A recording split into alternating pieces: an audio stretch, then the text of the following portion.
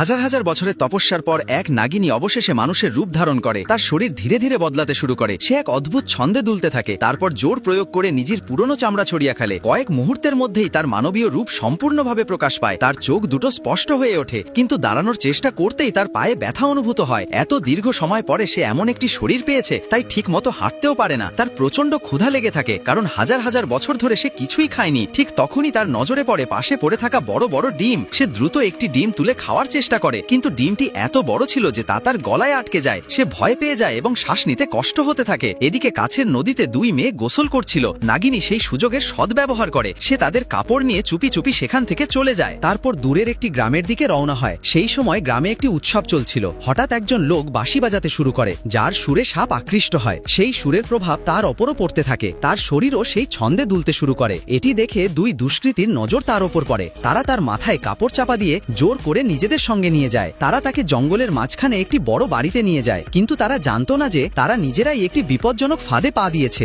হঠাৎ সেই নাগিনীর শরীরে পরিবর্তন শুরু হয়। সে তাদের উপর আক্রমণ করে। তার চলাফেরা ছিল অত্যন্ত দ্রুত। অল্প সময়ের মধ্যেই দুজনই তার নিয়ন্ত্রণে চলে আসে। এরপর তার ক্ষুধা মিটে যায় এবং সে গভীর নিদ্রার মতো এক অবস্থায় চলে যায়।